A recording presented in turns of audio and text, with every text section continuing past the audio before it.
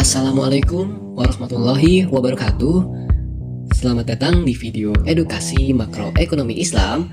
Perkenalkan, nama saya Zulham Syauki Farezi dengan NIM 55542400096. Teman-teman, hari ini kita akan membahas tentang salah satu tantangan terbesar di dunia terkait krisis global dan bagaimana ekonomi Islam menawarkan solusi fundamental yang berkelanjutan. Krisis global dan akar masalahnya. Kita sering sekali menemukan krisis ekonomi global yang berulang kali terjadi. Akar masalahnya ini kebanyakan terletak pada sistem ekonomi konvensional yang cenderung berfokus pada pertumbuhan tanpa batas dan spekulasi finansial yang berlebihan. Instrumen utama seperti suku bunga atau riba dapat menciptakan tumpukan uang yang tidak sehat dan menjauhkan ekonomi dari sektor real.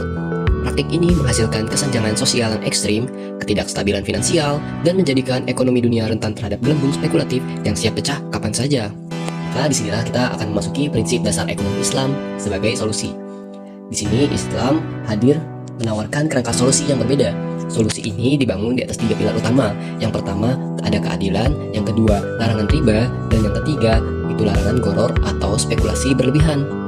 Ekonomi Islam memastikan bahwa setiap transaksi harus didasarkan pada aset atau aktivitas real yang jelas nilainya.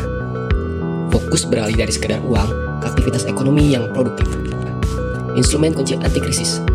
Dalam ekonomi Islam, itu juga dilengkapi dengan instrumen kunci yang bersifat anti krisis.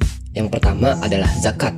Zakat berfungsi sebagai mekanisme redistribusi kekayaan wajib, memastikan uang tidak menumpuk hanya pada segelintir orang saja, sekaligus berfungsi sebagai jaring pengaman sosial yang efektif saat krisis. Dan yang kedua adalah mekanisme bagi hasil. Seperti mudharabah dan musyarakah, sistem ini menggantikan bunga utang dengan kemitraan yang adil, di mana resiko dan keuntungan ditanggung secara bersama.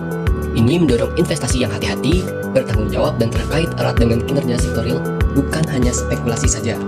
Keseluruhan sistem ini mengarah pada dua hasil yang paling dicari di dunia saat ini, yaitu stabilitas dan keadilan. Dengan mengimplementasikan prinsip-prinsip dan instrumen ini, ekonomi Islam mampu menciptakan sistem yang secara inheren lebih stabil. Karena terikat pada sektor real dan melarang instrumen yang bersifat spekulatif, ekonomi menjadi tangguh terhadap guncangan finansial global. Lebih dari itu, fokus pada keadilan sosial dan distribusi kekayaan dapat secara signifikan mengurangi ketimpangan yang sering menjadi pemicu utama instabilitas sosial dan ekonomi. Ekonomi Islam pada intinya adalah cetak biru untuk sistem finansial global yang stabil, adil, dan berkelanjutan. Jadi kesimpulannya, ekonomi Islam bukanlah sekadar alternatif, ia adalah cetak biru untuk sebuah sistem yang lebih tangguh dengan landasan keadilan, larangan terhadap riba dan goror, serta didukung oleh instrumen praktis seperti zakat dan bagi hasil. Kita menciptakan ekonomi yang stabil yang dimana kekayaan berputar di sektor real, bukan di atas kertas spekulasi. Ini adalah solusi yang mengutamakan keberlanjutan dan kemaslahatan bersama di atas pertumbuhan tak terbatas yang tidak sehat. Oleh karena itu, mari kita jadikan wawasan ini sebagai langkah awal kita untuk terus mendalami prinsip-prinsip ekonomi Islam dalam mendukung institusi keuangan syariah dan bersama-sama mendorong kesadaran kolektif akan pentingnya sistem ekonomi yang adil dan beradab.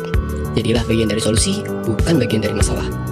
Demikianlah penjelasan saya mengenai krisis global dan solusi berkelanjutan dari ekonomi Islam. Saya harap video edukasi ini bermanfaat dan menginspirasi kita semua. Wassalamualaikum warahmatullahi wabarakatuh.